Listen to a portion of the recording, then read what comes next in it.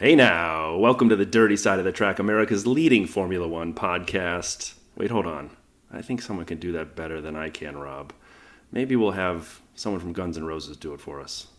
Hey, this is Duff McKagan, and you're listening to the Dirty Side of the Track podcast. Amazing. What's up? It's your boy Sap. That's Rob. This has been a crazy Monaco GP week. What an event today. Rob, why don't you get us started?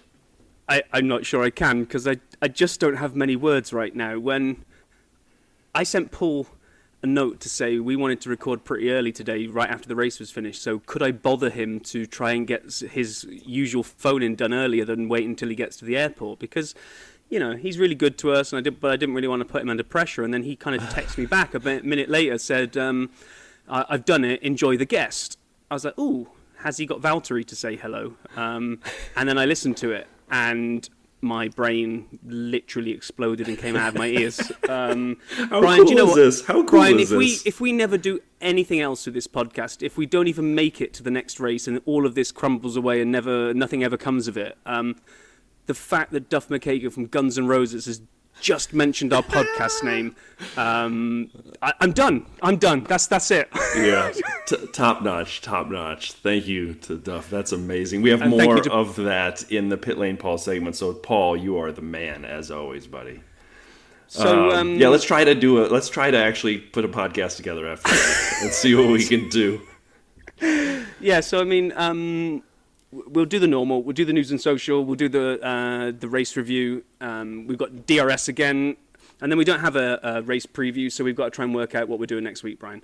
But before we get to kind of news and social, and we'll probably hit this a bit more in the actual race review. It was so cool this morning. If you've been following us, you listened to last week's show, you've been following us on social, then my local sports bar agreed to put the race on this morning, and we tried to get a few people along. I was absolutely convinced it was going to be me and the bartender, and that was going to be it. There were only 8 of us there, but do you know what? When I walked in through the doors at 8:25 a.m. and there were 3 guys there already, 2 of them in full Red Bull merch and 1 of them in Ferrari merch, I was like, I don't care if no one else turns up. This is amazing. So thank you again to Iron Horse Sports Bar for agreeing to do that. They've actually said that even though there were only 8 of us there, they've kind of got the taste of it, and they're going to show the Azerbaijan race there, which starts at 7 a.m. So if you're listening to this and you live in the local area in Connecticut, then come along. And to those of you that came along that I met today and you do listen to this, then thank you so much. And just make sure you bring +1 or +2 next time. We can make this even bigger and better. But amazing. We'll touch that again in the race update. So let's get on to news and social then, Brian. Yeah, the race week that was. Bernie Eccleston arrested in Brazil for trying to board a private plane with a gun. Bernie carries a piece. Who knew? And was arrested in Brazil for trying to carry a gun. Yeah, that's a bad look, especially in America now with some of what happened. We don't need Bernie and guns and things. And Bernie's old. Like, dude, holster that thing and leave it with someone else. Come on now. I just saw it. I kind of double took it when I saw the headline on the news. I was like checking the date to see if it was April 1st. I'm like, Bernie's packing. I know. But and then we also had Christian Horner, and I had text Paul on this just to find out if there was any truth in it, and he kind of came back and said, who knows? Because really worrying kind of headline, and we know the way that Christian Horner maybe likes to try to grab the headlines, but he said multiple teams might have to miss multiple races this season due to the budget cap. I hope that is all just bluster and negotiation stuff that he's trying to work behind the scenes, because if we get later in the year and we don't have a full grid, because look at I know we'll get onto the race today, but look at Haas today, right? Yeah. They're probably going to have to spend a lot of money putting mixed car back together again. Now, if they burn through their budget, does that mean they can't come to the last few races of the season? I hope this is just a non-story. I really do. Well, it feels like every other week someone's predicting budget doom for one of the teams from big to small. So who really knows? Yeah. And I also hope that's not what ends up happening. A quick note that's not F1, but from F1. Our dear friend Kimi Räikkönen is moving to NASCAR. Just leave me alone. I know what to do. Yeah, he knows what he's doing, so he'll be doing what he knows what he's doing and having the drink, according to the NASCAR Twitter.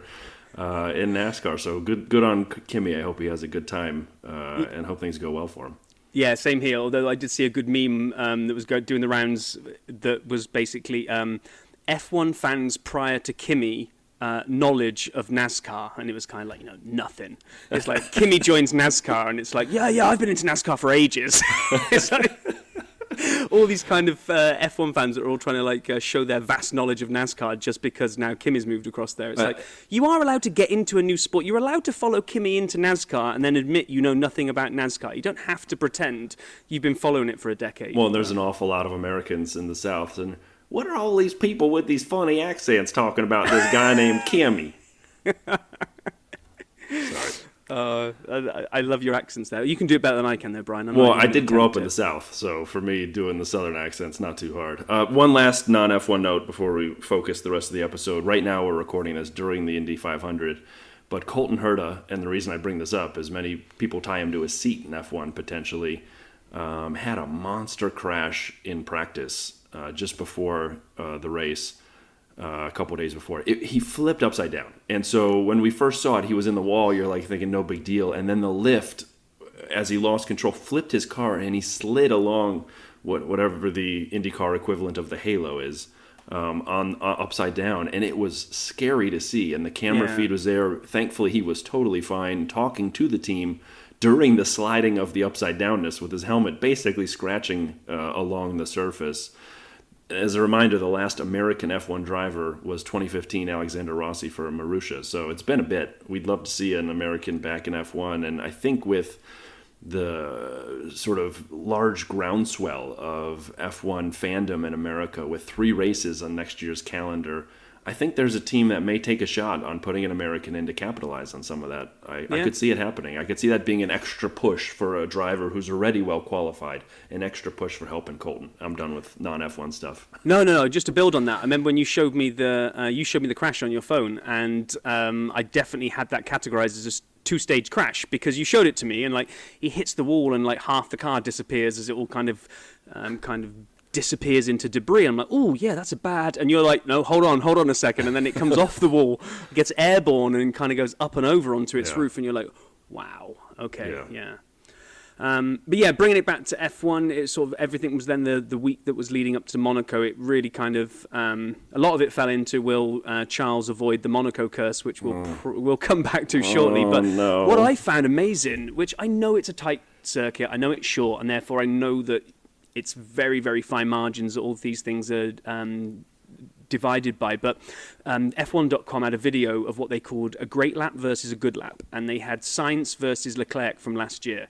And they put them side by side with the telemetry underneath. I think it was Brundle that was narrating it. And it was showing you kind of how much the difference between pole versus coming in fourth. And literally, these videos are side by side for like the entire lap. In fact, I think at one point Sainz is ahead, and I'm thinking, well, why is his only the good lap versus the great lap? I think it's at the back end around the swimming pool. Leclerc takes a better line through the corner, gets much closer to the barriers, almost kind of kissing the barrier like we saw a lot of cars doing today. And Sainz doesn't quite get as close to those barriers. Ends up like, I don't know, cigarette paper difference between them, but it was huge in terms of the qualification impact, and it's just.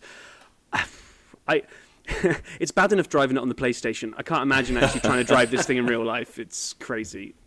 Yeah, I can't either. And then I think you actually, as we were getting ready for the week, did you have some SAP stats, but by Rob? Yeah, I did. I thought, I'm not sure I can get away with the music. Do you want the music or no? Can I have the music for SAP stats, even though it's mine?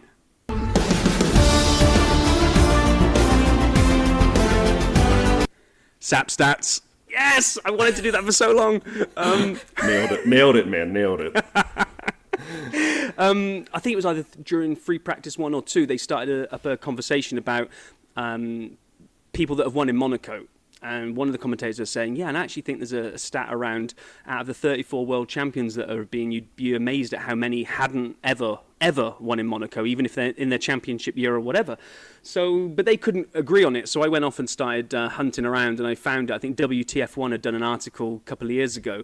So it's now become 34 rather than 33 world champions. But yeah, 13 of the 34 world champions never won at Monaco ever. Wow.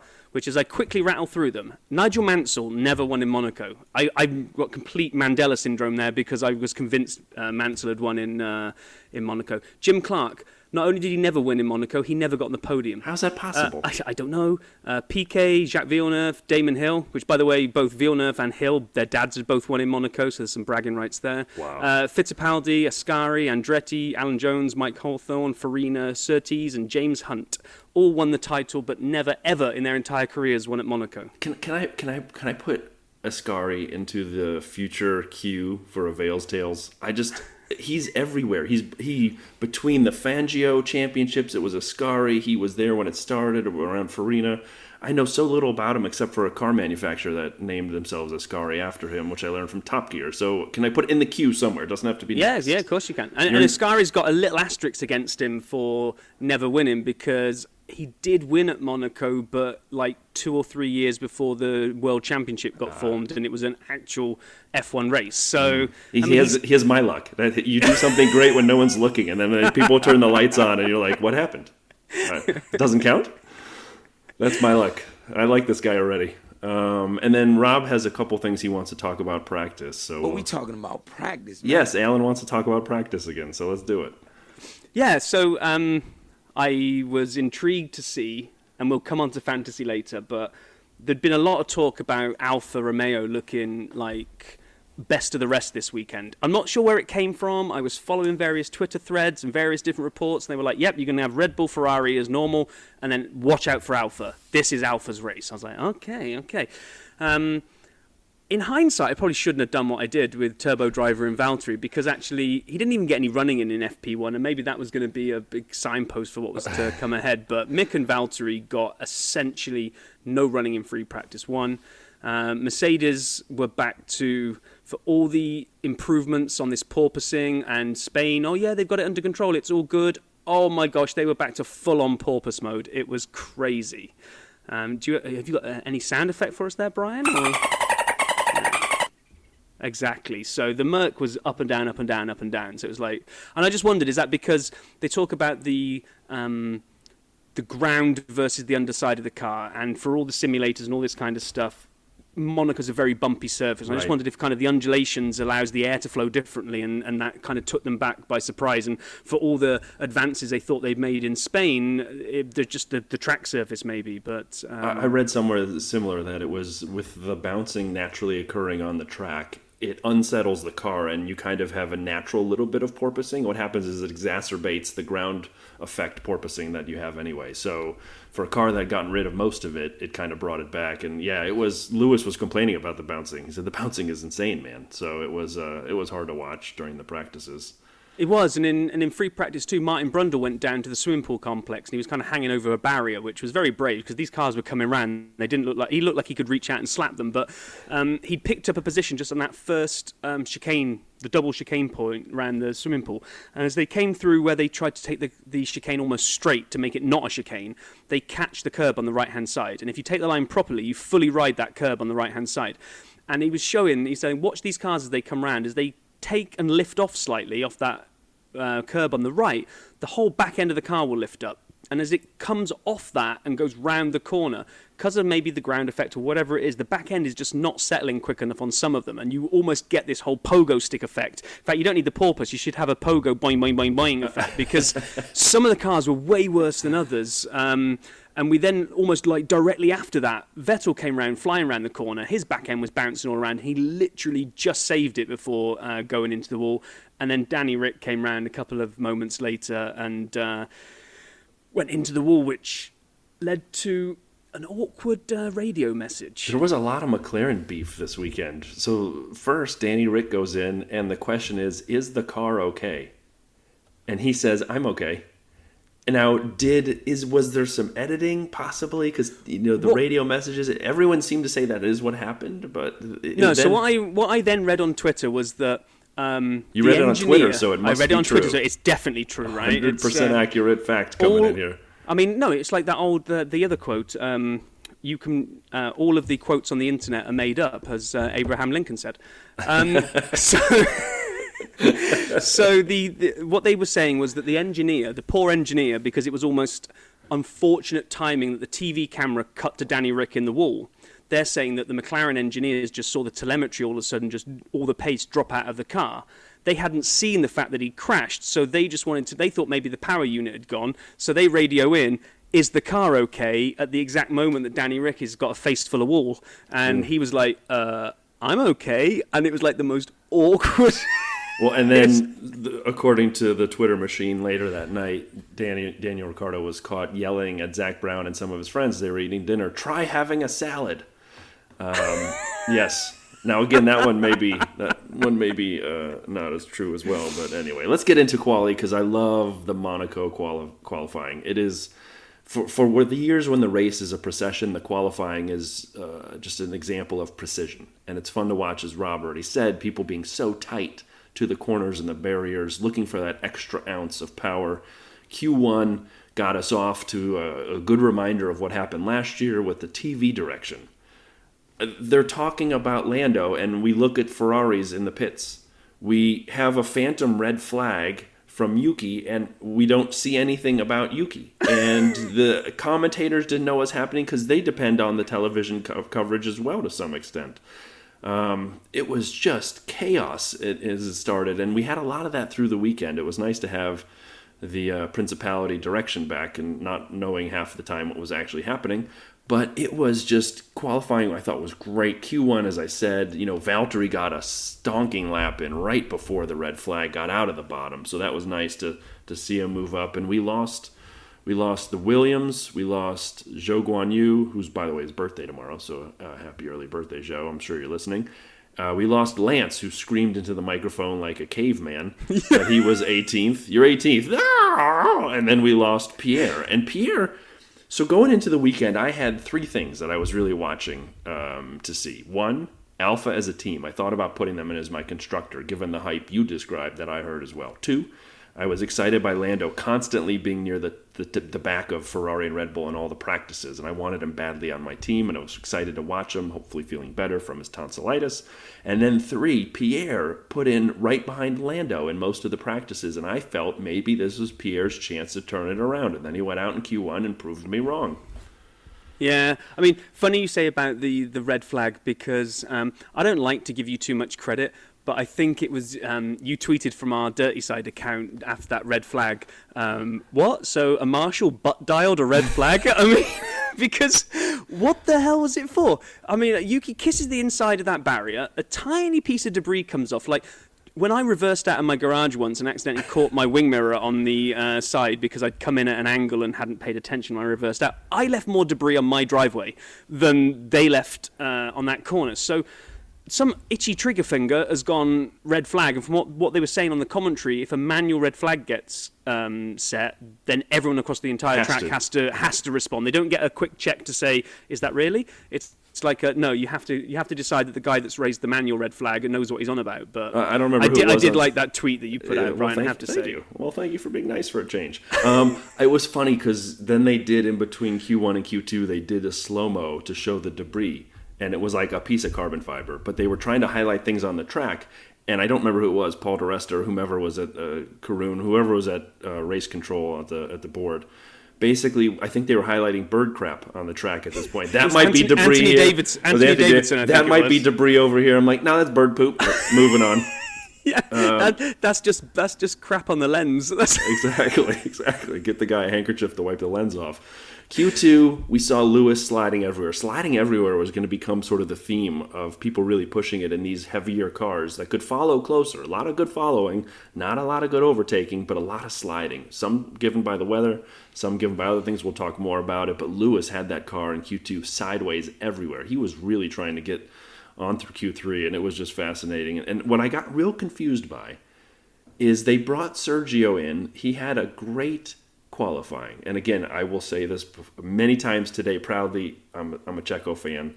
They sent him back out with 2 minutes left on softs in Q2 when he'd gotten he definitely was getting through to Q3, and I'm thinking, this is just exposure to risk. Maybe I've been around insurance too much in my life at this point. Stop exposing him to risk. Just let him, he's through. Save those tires too. As a tire man and a Checo man, I was so confused at this point. I'm like, what are they doing? It didn't make any sense, because if he wanted to keep the softs, keep him for Q3. He was in. There was no upside to that decision. All you're using is softs. Right, exactly. Well, he's through. What are you doing?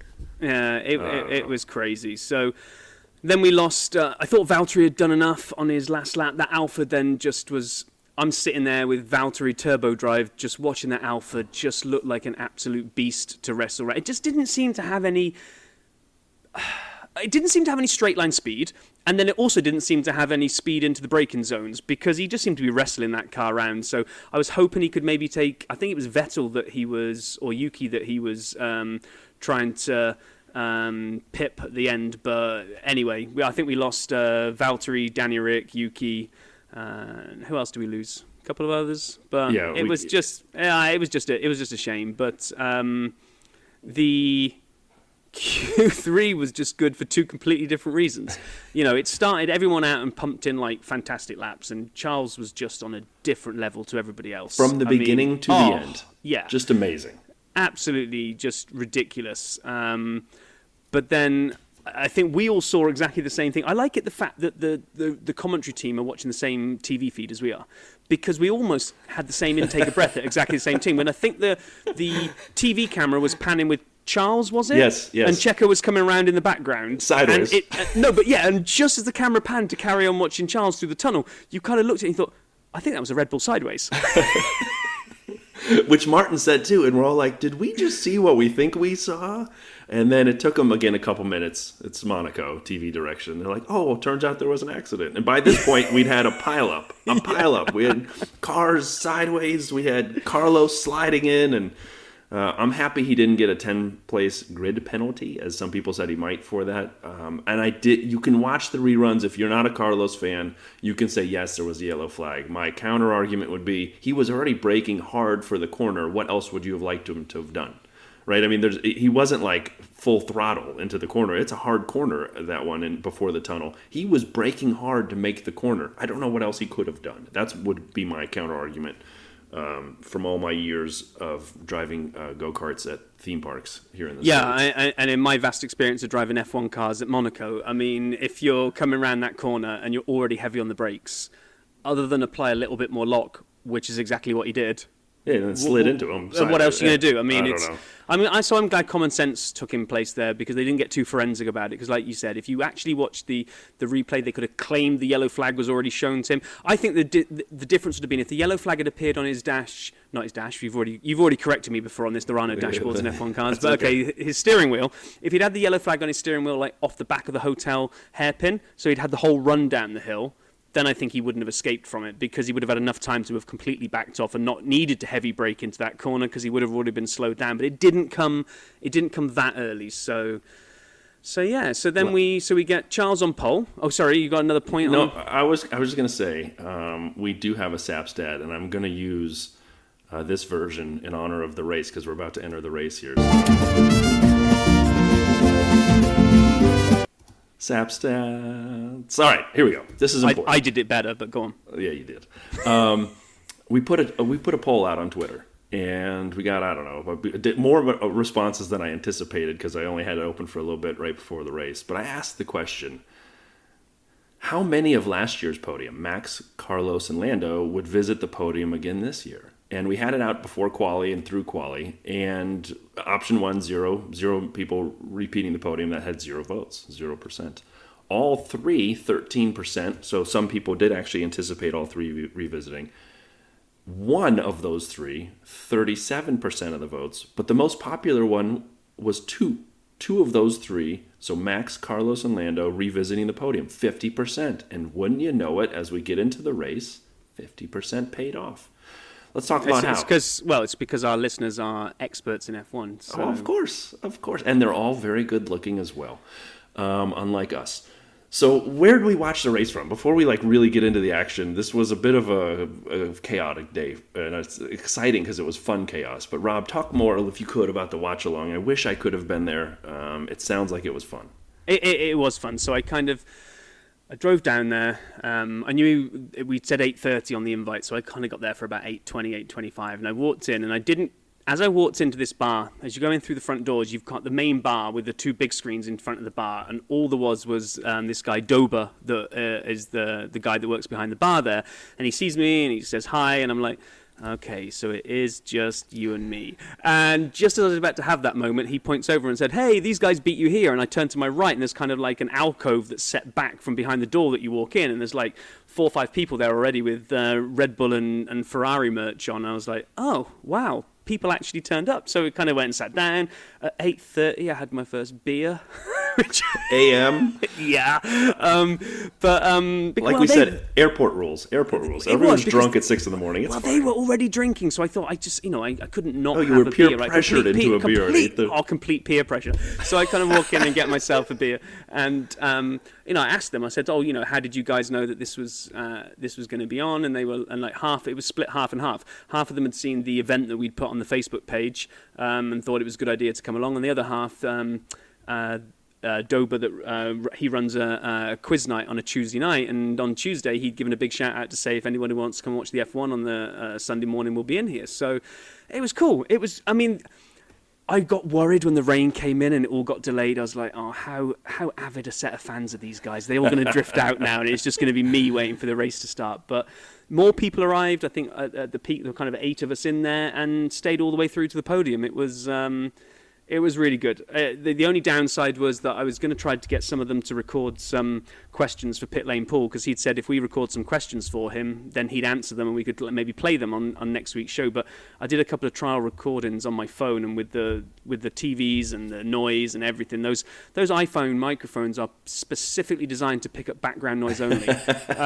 So if it, he's really up for it. He wants to run it again for Azerbaijan, even though he knows it'll be a 7 a.m. start, which to me sounds like an even earlier beer. But, that's a very early beer. That might be a light beer. Yeah. We'll have to be. But fair play to them. They're, everyone in there said they would try to bring along an extra person next time. Our guest Ben, that came on 100 Seconds of DRS the other week, he was ill, so he couldn't attend it. So I'm sure he'll come down. My neighbour, there's a big Memorial Day soccer tournament this weekend, so he couldn't come down. So I'm actually kind of confident that we'll get more turn up next time. And it was just good fun. It was really good fun. And the breakfast burrito that he served up was sausage, bacon, egg, tater tots, everything that you can name, all then wrapped inside a burrito. That sounds great. Sounds great. I'm sorry I wasn't able to be there living in Chicago. We actually, my watch along was a little bit screwed up by the rain. So I was downtown. My wife and I went to the Coldplay concert on Saturday night, which was fantastic. As always, it was not our first concert. It was a great time, and we stayed downtown to avoid the chaos of trying to get out of the city. And I woke up this morning and went down to the lobby and was looking around to see if anyone would have the race on. It was on one TV with no sound, and I could barely see it. And it was right in the middle of the coffee shop, which was quite loud. And I'm like, all right, I'm going back up to the room. So I woke my wife up, and I was sitting in front of the TV like I was 5 years old, about 2 feet from the screen with the volume low, watching it. And then the rain, and she's like, we could just go home. I'm like, all right, we gave it a shot. So I think I broke every speed limit from the city of Chicago to my suburb on the way home, and it was a little late, a little delayed. But I do have a question for you, Rob, before we really get into this. This is an important question. This is important. Do the Brits really call it a brolly? An umbrella is a brolly. Is that correct? 100%. It's a brolly, yeah. Okay. That's not really a thing here, a word. I like it, though. I would like to make sure we introduce it. And because last year Lando and some other drivers were joking that they had brolly boys who would carry their umbrella for them. And I like that, too. So can I have an honorary Brit card to call it a brolly? And absolutely. All right. It's, we don't like to call things by their real names. If we can shorten them or slightly change them and shorten them at the same time, then we love it. So I guess umbrella doesn't quite work, so brolly. I mean, maybe there's a different... I like the Spanish version, the real word paraguas, which is for water. I'm like, yeah, it is. But brolly may be introduced, so sorry about that. So when did you get to see up until? Had you even seen them attempt to do the runaround with the safety car? I did. And once they red flagged it, I and my wife was ready to go. We got the heck out of there. So on that then, you probably missed all of Martin Brundle and the others, and were getting very, very frustrated with the whole... The rain is coming down, but these cars can shift so much water under the ultra wets that why aren't we just running around under the safety car for a little bit longer and then just starting? Because if the cars get into trouble, if there is a crash and we have to red flag it, then we have to red flag it. What's the point of sitting around for an hour doing nothing when we've got a tyre that is specifically designed to clear out as much water as possible? The rain, yes, it was strong, but it was nothing like Spa. The circuit's on a hill, so the drainage is pretty good. Yes, you get the rivers of water across the track, but that's because you get rivers because it's draining real quick. It did feel like they waited a long time to pull the trigger, which was probably good for you because you probably got home in time then. Not quite close. It bought me a lot of time. I don't understand why they didn't start on time anyway. Max had a great comment, let's get moving. I mean, they could have got 15 minutes of running in on inters or maybe wets if they'd chosen before it really got heavy. I don't know why they were waiting. I know they have radar, but as everyone says, it's got like the weird climate zone and it kind of does its own thing. It was disappointing. And I'll say this one other thing. I had so many flashbacks during this race between the rain, the red flag for the rain, and then when they let all lapped cars overtake. Every bad meme from 2021 came back, and I was sitting in my basement just screaming at the TV like, I can't handle it again. But yeah. So then the race started, right? So the race gets going, rolling start. Even under the formation lap, Latifi put it into the barrier. So Latifi and Stroll. If you could have bet on the two cars that could crash under safety car. Does it not rain in Canada? I don't understand. I thought it rained in Canada. And then they weren't sure if the lap had started at lap 2 or are we on lap 1 and then back into the pits. And then what was fascinating to me is people went on to the inters. And Pierre was all over the place. That was and then Carlos was later when he went to the slicks. And we talked about Lewis sliding around. This was basically like a rally course at times where people were sideways, sliding, oversteer, just crazy saves. Somebody in the bar said, this is like Tokyo Drift. It was like... when they come down the hill into the tunnel, the number of kind of sharp intakes of breath in the bar, and it was kind of like, oh, because like cars were coming down sideways and almost kissing that barrier. And I got to be honest, I love, because Monaco is such a procession, the fact that when you get a drying track and you get that delta between inters and the full wets, Gasly was just kind of like playing Sega at that point because it was just like he had a turbo button. I loved it. I love watching him cut through. I just wish then, because that was probably the bulk excitement of the race, was that section when the whole tyre gamble was coming off. Monaco could have really done with a second shower, just about maybe 20 laps from the end, just to spice it all back up again. Or 20 minutes from the end, because we weren't even counting in laps at that point. True, I mean, for me, I'd say there were 4 things, right? If we're going to go through a little bit of the recap, there were 4 things that really stood out. And I know, Rob, we connected, so these are sort of joint themes.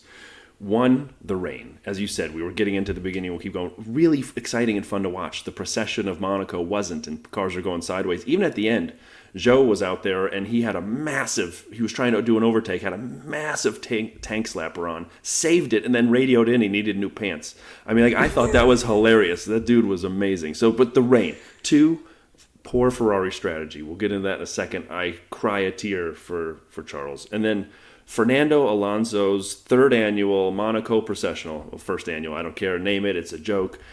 Oh my God, he was back in the whole pack up. It was the craziest thing I think I'd ever seen in a race, where he created a 50-second break between him and the cars in front of him. Yeah, and then bizarrely, out of nowhere, they kind of went, yeah, you've done that long enough now, you can go. And then he did. And then he did, and just like, obviously had all that, I don't really know what was going on. We'll get into that and in a then minute. Checo wins. But so back to the rain, back to this craziness. There were some spicy battles on the track. Lap 13, Danny Rick and Pierre going back and forth at each other, Pierre trying to pass him, and then you had Seb right behind Zhou, and they were right behind the battle with Danny Rick and Gasly. And everyone said these cars can follow closer, and they did, and it was great. However, it was rain overtakes. It was tire difference overtakes. It wasn't like on-track battling overtakes. It wasn't overtakes given by the racing lines. It was given by tire differences, rain differences. It was, and I'll take it. Don't get me wrong, I'll take it. I mean, Gasly's overtake on Ricky when he finally got him. I don't think I've seen cars overtake there before. No, me either. That was just awesome. It's like everyone was like watching the bar going, He's not. Oh my God, he is. And because where he decided to go, I mean, that gap disappears massively because you're about to go through the swimming pool chicane complex. So if you haven't got ahead in that, whatever it is, 100-yard period of time, you're basically on completely the wrong line, and you've got a one-way ticket to Barrier Central. Right. No, definitely. And it was really fun to watch Pierre try to pull some of those moves off. It reminded me of last week in Spain when Max passed Valtteri right before Sausage Curva Grande, that last chicane at the end, and everyone's like, "Can you overtake there?" So like, Pierre was really caning it, and he was the canary in the coal mine, right? People were watching his tires when his times were substantially and significantly and repeatedly better than others. Everyone started making the move to Inters.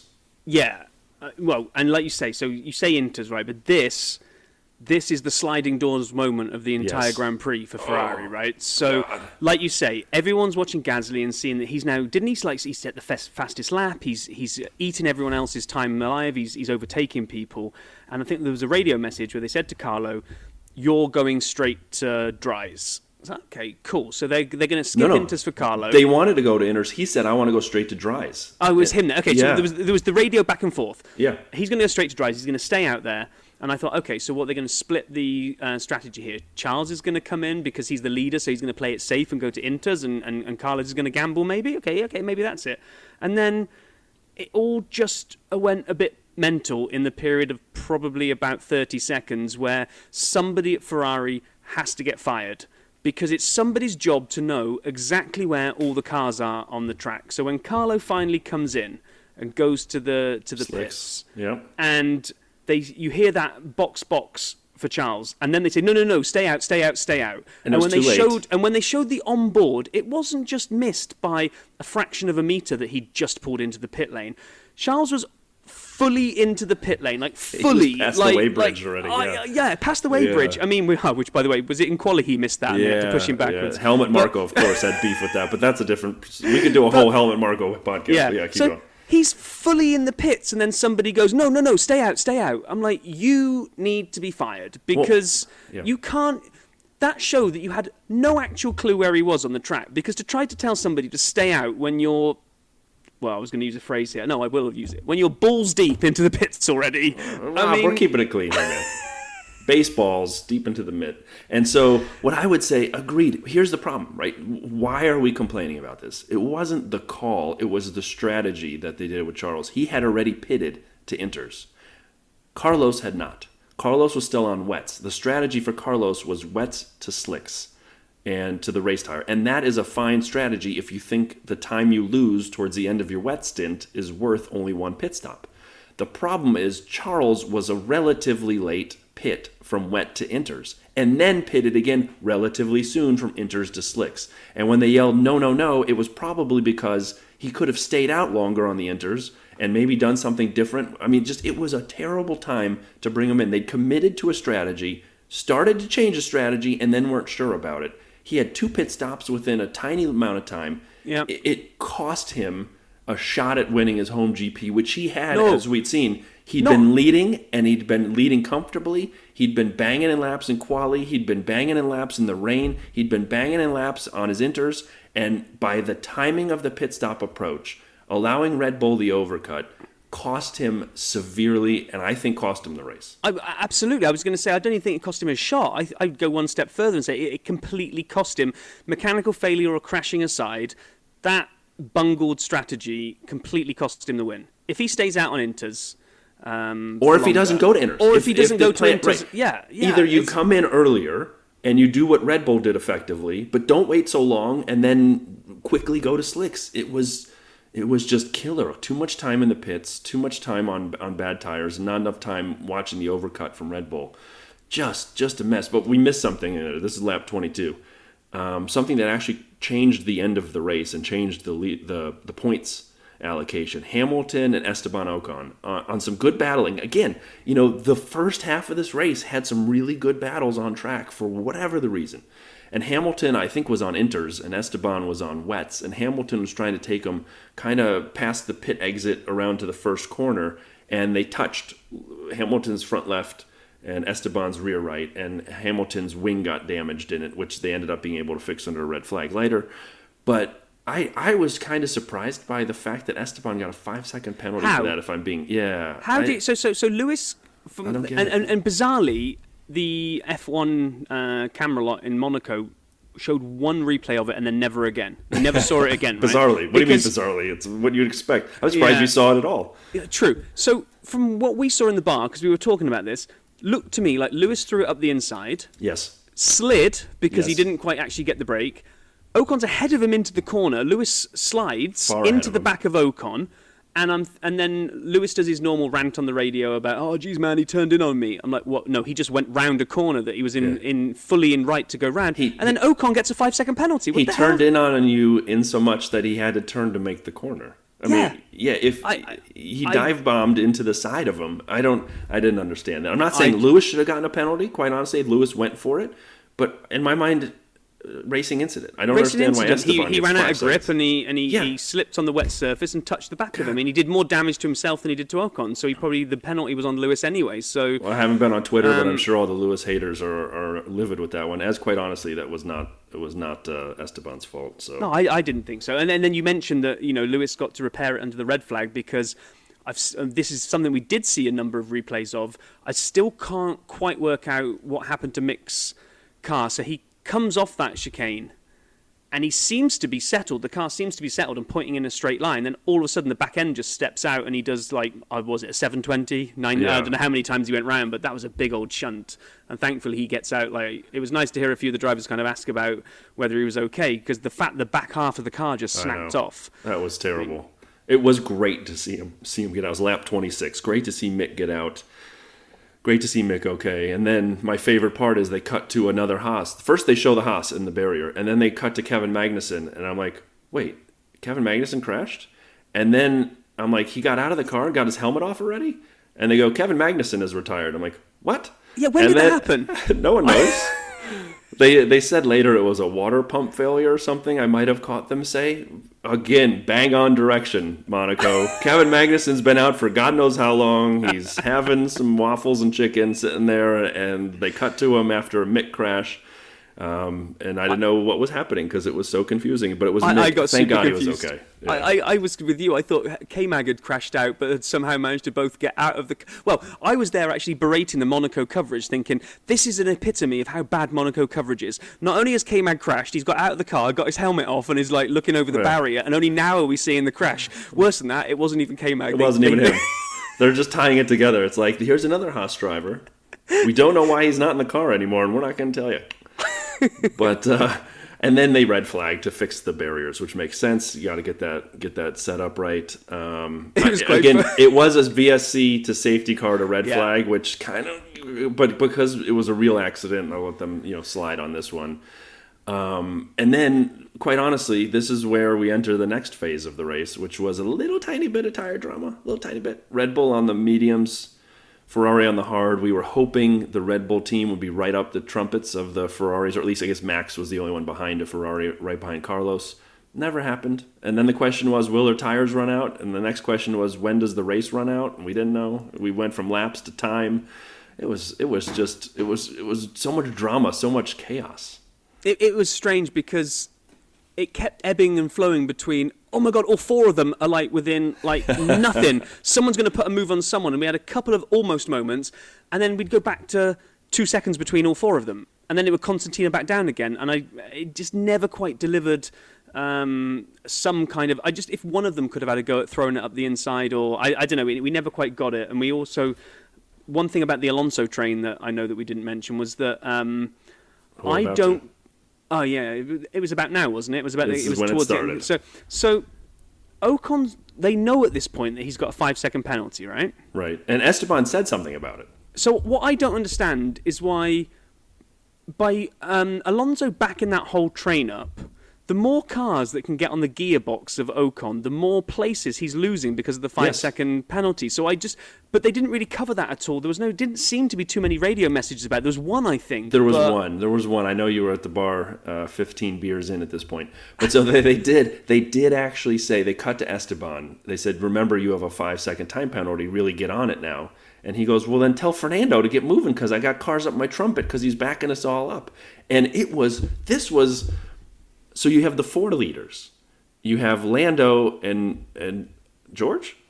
Lando and George apparently were in Monaco this weekend. Yeah, yeah, in no man's land, right? Running fine races, by far better than their teammates, doing their thing, and then in 7th. You have Fernando and the whole rest of the pack within like 10 feet of him. Everyone behind. The cars can follow so close, the track didn't allow overtakes. And, regular racing overtakes, not tire differences, not dry, wet. And that was brutal. This was the procession we were afraid would happen. And they made it interesting by backing the whole field up so that the leaders almost lapped the Fernando Alonso procession until he, as Martin said, took the cork out of the bottle. That was just bizarre. And then my favorite part is when they told Fernando to get on it, he then banged in a fastest lap. He went from one of the slowest people on track, but you can't overtake because it's Monaco, and Lewis was trying. And then, boom, fastest lap. It was just really crazy. And like you said, for the last 10 minutes, and that's how he timed it, the last 10 minutes of the lap, it was Checo, Carlos, Max, and Charles. And they'd get so close at that Lowe's hairpin. I thought they were going to hit each other a couple of times. I thought we had a nose hitting a gearbox. Didn't happen. But I was just so happy for Checo. I almost cried with him. Like, just watching that. It was so cool to see him that excited. So just quick question, though. So we all had a little bit of a false dawn in the bar because I didn't realise. I thought that when the timer went to 0, it was just like quali or free practice, that as soon as you cross the line after the clock's gone to 0, that's that, right? So when they came around Razkas and the clock had gone to 0 and Checo goes across the line, the two guys and the lady to the left of me that have got the Red Bull outfits on are up of cheering, I'm cheering as well, and going, oh, it's nice to see Checo win. And then they kind of came on and went, so now we're on the last lap. And we were like, what?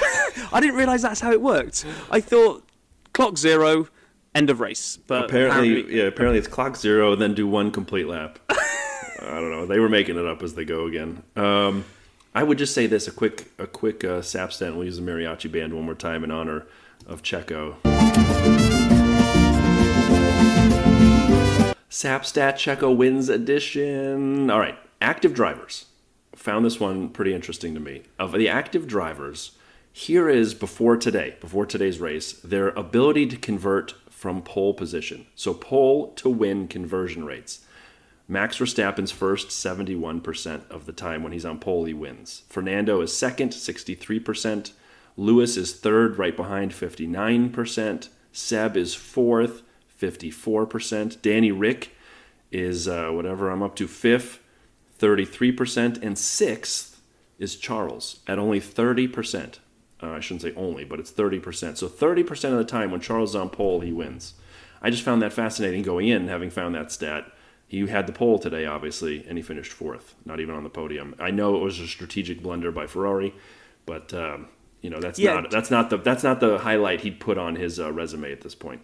No, I mean, do we count this as Charles breaking the Monaco curse because he least finished and scored points, or does this still go down as the Monaco curse because of the strategic blunder? Yeah, Monaco curse, baby. Okay. I mean, it was, it was what it was. It was a good race-ish. No, sorry. It was a good spectacle, let's put it that way, that was spiced up by the rain, that threw in a nice little bit of drying track drama, which also threw in the very expected safety car drama, but ultimately did what Monaco does, right, which is procession. And actually, I think the cars this year are bigger, which I think has made it even harder. Yeah. Some of the areas where they would throw, we didn't really see anybody going for an overtake on the chicane out of the tunnel because it just didn't look like there was space there. The cars just seemed visibly bigger. So there's a lot of discussion about whether Monaco is going to be back next year. It should be a lot of it is financial and political. So one thing I didn't realize is, I can get Liberty Media's stance on this one. That is, if you want to be part of the F1 party, you have to play along by the rules that every other track is playing by. So you're not going to have your own coverage. F1 owns the right to the coverage, so we need to bring our own race directors along in terms of the video coverage of it, which, based on what we just talked about today, I'm fully on board with that because they suck. Yeah.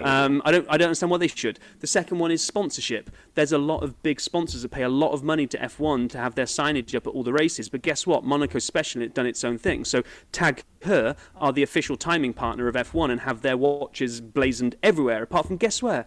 Monaco, who says, screw you, we're in bed with Rolex, so their signs are going up. So I think this is a bit of one of those, they're playing chicken with Monaco to kind of go, look, if you want to be part, yes, you're iconic, yes, you're historic, but you can't be the only ones that pay the least and play by your own rules. So you're out, and what I hope happens then is they all get back around the table again and can just agree on new terms and conditions for it. Because as much as it's a procession, I still love it. I love it too. It is a procession. We know that. But sometimes you eat stuff that's not good for you. Sometimes you watch races aren't going to be great because they're fun to watch. And it's historic and blah, blah, blah, blah, blah. But you listen to the Bozos. We kind of teed this up before. Let's listen to an expert. The man in the field, Pit Lane Paul. And we're going to do the full introduction this time from Duff. So here we go. Hey, this is Duff McKagan, and you're listening to the Dirty Side of the Track podcast. I'm here with Pit Lane Paul. So cool. Awesome, top man Duff. Right then, I'm just going to sip this beer while I disappear into a quieter room, and I'm going to give you my review of what was Monaco. So, where do I start? It was Monaco. It was wet, so there was talk of rain. Nothing really happened until the start of the race, and then it hosed it down with rain, as you probably saw. It was the usual Monaco. There was no real fun. There's nothing happened. Monaco is Monaco. Ferrari again threw it away. As I said on the last race, they got to stop doing that. It's embarrassing because it's just the world could see boxing for Inters was a terrible idea from the position they were in with the way the track was drying. And actually, I think Haas boxed for dry tyres before they came in for the Inters, so it was even more peculiar. And naturally, they cost Leclerc the race. And as I've said, they'll keep doing that, and they will cost themselves the championship. So limited sympathy, if I'm being honest with you. Apart from that, any other key elements? Haas obviously had another bad one, retirement from Magnus, and then a really bad accident for Little Mick. It's frightening to see. You don't need to see those sort of things. Naturally, that's what happens. That's racing. That's the scary side of it. Amazing to see him walk away. That's the first thing. Amazing to see him walk away. I'm so happy to see people walk away from those sort of incidents because they're not good. And then, Perez's tyres are wearing towards the end of the race. It's Monaco. You can't overtake. Alonso caused a near-on 10, 15 car train, and no one can overtake. It's Monaco. Terrible event, terrible race. It's a reasonably good party, and purely based on that, I might well go and have another beer or two. What I will say about Monaco is I walked 10 minutes to my hotel, and apparently I'm in another country when I get there. It's an unusual place. It's well worth anyone coming to see it because it's a good, fun event. As for a race, pathetic.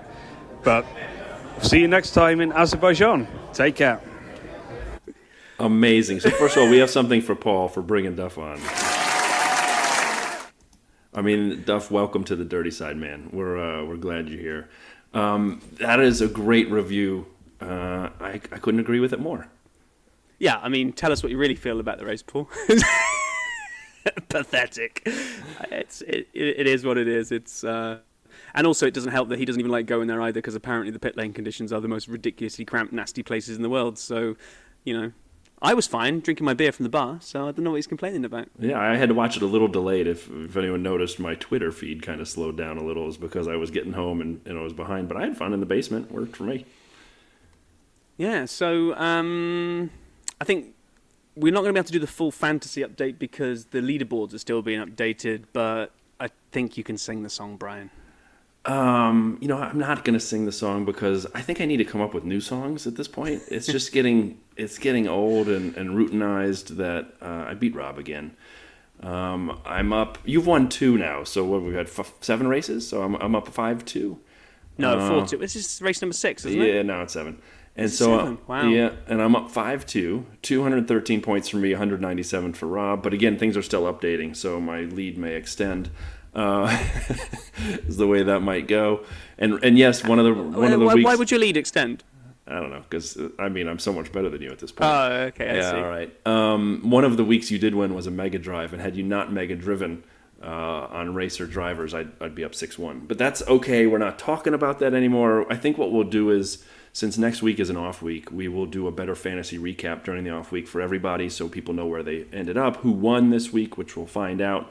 And I'll send out during the week on Twitter, and we can do an update on where Rob and I are against each other. We'll also do next week the Baku preview. I love Baku.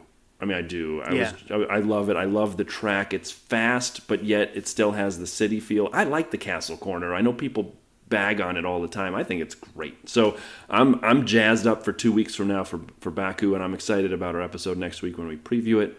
But yeah, I did beat Rob again. Man, again. And I know we both made some changes to our lineups, and yours just weren't good enough. Were you using the Ferrari strategy? No, because I wouldn't have been close to you. I mean, I was only, 14 points behind you or whatever it was. If I was using the Ferrari strategy, I think I would have decided to retire all of my drivers and just put Martin Brundle in there instead. But 16 points, but who's counting? Well, I know. But no, but like I was saying to you before we started recording, I actually had more fun this week because I've kind of just... I thought I couldn't do anything with my team, and I don't know what I was hoping for, that somebody might go up in value so that I wouldn't have to trade too many people. And then this week I just thought, screw it. And I just almost sold everybody. And just completely, I think I used 4 out of my 6 changes this week. And it was actually just more interesting. I added Lando in. So I was all in on Lando today, which was actually really cool. And I dropped Mick out. So while I was happy to see him walk away from the crash, I was also happy to realise that he was walking away from my team as well. So that was good. So I might take that up as a strategy now to kind of mix it up to keep it interesting because, I'd had the same team for all 6 races in a row, and it was just a bit kind of oh, look, same drivers again, nothing to get excited about here. Well, next week we'll talk a little bit more about it because I actually have a kind of a new approach. It's about diversification, but we'll talk about that in next week's episodes when we hit a little bit more about fantasy. And I think without a race weekend, we can probably get the next round of Rob versus Brian in as well, which is our Card Sharks game. So I think we can get that one in next week as well. I'm looking forward to beating you at that as well. Yeah. Where's your snappy comeback now? Well, I don't actually think you're ahead of me in Rob versus Brian, but never mind. Fake facts, I beat you. Yeah. So now it just becomes a yeah. Now that I actually we've only done 2 rounds of that, so I think we need a rubber match, a third one, to see where it falls. But yeah, you are beating. So because you're losing, we need to have another round of it. But when I'm losing, then it's suddenly the best thing ever. Well, who has a 2-week thing and one of them ends in a tie? I mean, what kind of planning was that by me? Well, that was a lucky tie on your behalf as well. To be honest, I should have been 2 up on that one, but. Oh, man. All right. So it's been a fantastic week. It was fun to watch. It wasn't maybe the best racing, but it was a fun spectacle to watch. We had a celebrity introduce the dirty side. I mean, this has just been, people were hanging out watching in Connecticut, watching the race together. I mean, it doesn't get any better than this. And we couldn't do this without the Dirty Siders. You guys are fantastic. I wasn't kidding. You're all incredibly good looking. And today we have an amazing 100 Seconds of DRS guest. All right, welcome everybody to 100 Seconds of DRS. We are super excited to have Renato on the podcast with us today. And we had a chance to catch up a little bit before, but Renato, we'd love to kind of understand your F1 journey. You told us a little bit about it, but how you started following it in other parts of the world and brought it with you to the U.S. Could you tell the listeners a little bit about that? Yeah, no, first, thank you, Brian, Rob, for having me over. I mean, I love the podcast. So started watching Formula One actually back in the year 2000, end of 2000, beginning of 2001. First got dragged into it via a EA Sports F1 2000 for the PlayStation back in the day. Love that game. Yeah, you did. Love that game. That was the game that hooked me into F1. I was like, this is cool. I mean, this might be also cool to look at in real life. And I remember that's how I got into it. I remember watching my first season, full season was 2001, which happened to be Mika Häkkinen's last season, who happened to be turned into my favorite driver, but I only got to enjoy him for one full season. Then I started following Formula One religiously ever since. So it's been 22 years now. That's awesome. I love that game, by the way. I'm with you. I was at I can't remember if that was the season when I was always Rubens or not, but I might have my years wrong. But I loved it might have been a couple years prior, but I was always Rubens. The great thing about that game, I remember, was that the main song for that game was Placebo, Every You and Every Me. And to this day, that song, whenever it comes up, it brings me back to those days. Awesome. And you mentioned that when you first started watching, that was back in Peru, right? Yes, I started watching in Peru. Where back in those days we didn't get the races live, only on cable. And then once my family got cable, then we started watching it through. I remember through the Argentinian feed. That's where we would get the races live from. And how long ago did you say you came to the US? Back in 2003.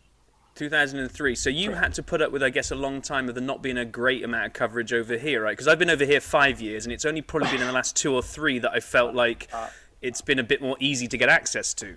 Absolutely. Like I was back in the dark. I don't know if it's the dark days because there's a romantic aspect of being an F1 fan in the US back in the early 2000s. You know, whenever you were the only one looking for somebody to talk to, and there was nobody, everybody would be like, "What are you talking about?" like I remember I have a Ferrari cap, and I remember I went to the supermarket in Florida where I used to live before. Somebody recognized it. It's like, oh, from Schumacher, and I was like, yeah. I look at him like I don't know, it was weird. I mean, but yeah, at least I appreciate that. You know, we had the good coverage from Speed Channel back in those days. You know, at least we had the good coverage for all the sessions and all that. So at least there was that. But yeah, it was very lonely times being an F1 fan back in those days here in the US. It was kind of like you had the inside joke or a special secret or a secret handshake when you met another fan back then. I totally remember that. And I love the fact that it's not that anymore, but you're right. I like the way you said it. There was something kind of special and intriguing and fun and romantic about those days when you were like on the inside of something everyone else just didn't know. Yes, totally. It was like whenever you met another F1 fan, it was like you immediately make a connection. It's like, I know. Unless, they were European and they will, of course, understand what you're talking about, but that wasn't the case all the time. Yeah, and you was telling us how you found us on the Facebook group Formula One in New York, which I'd posted in about our podcast, and the admins of that group were gracious enough to pin it to the top of the group, which was fantastic. And we've had some great interaction with you guys there. And I've got to say, that group, for me, I kind of joined us up to a number of different Formula One groups on Facebook, and the NYC group has to be the least toxic out of all of them because, and I'm going to say this as a European, but I find some of the ones from back home are just kind of a hate fest of either hating on Max or hating on Lewis or just hating on life in general. I would love to see those because I remember towards the end of last season, like that group I had to take a break from it because it was just the toxicity was through the roofs and they was like worse than Chernobyl.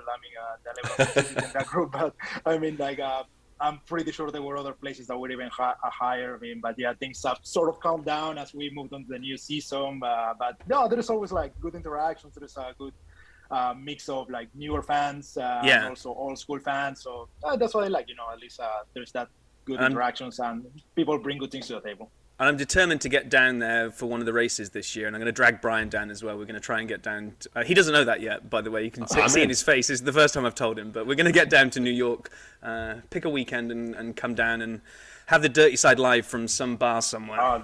And we'll be able to meet Renato in person. That would be great. Yeah, absolutely. I'll definitely be there. First thing. I remember last season there was only one bar where it was showing the races. Now with the surge in popularity, there is like 10 bars all over the city that are playing the races live, which is great. Yeah, that is amazing. Well, I think we've reached the moment you're so excited for. I know we were joking about it before, but it's the time for 100 seconds of DRS with our friend Renato.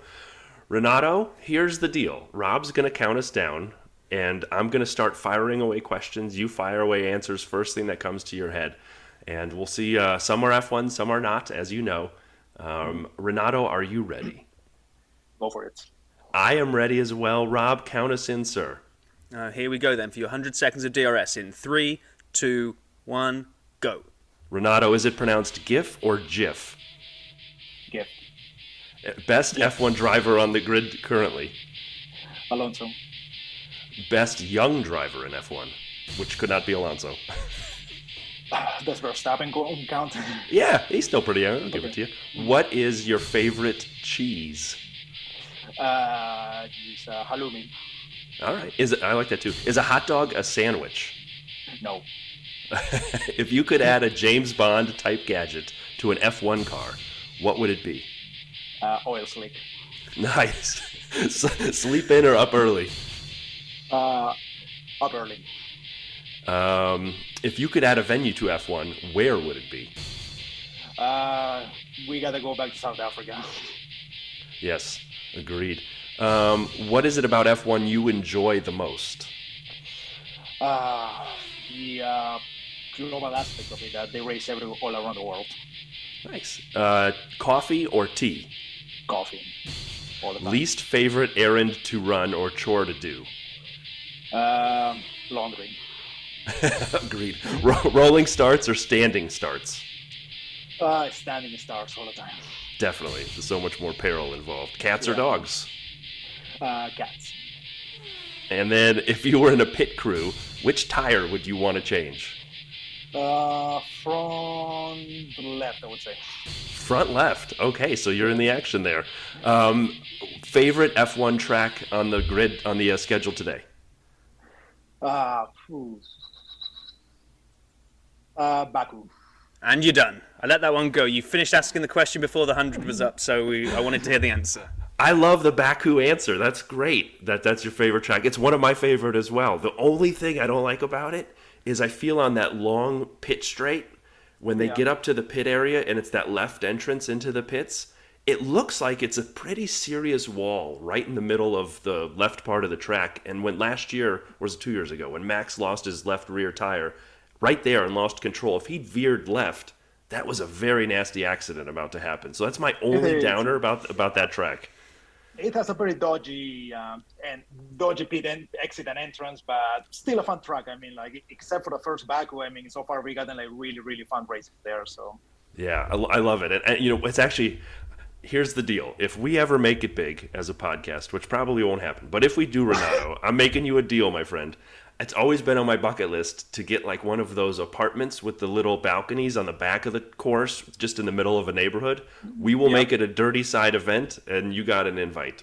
I'm going to hold you to that because I know it's going to happen. So, well, I was going to say I wouldn't get too excited, Renato. I'd be putting that one on the back burner and maybe like forgetting about it for a bit.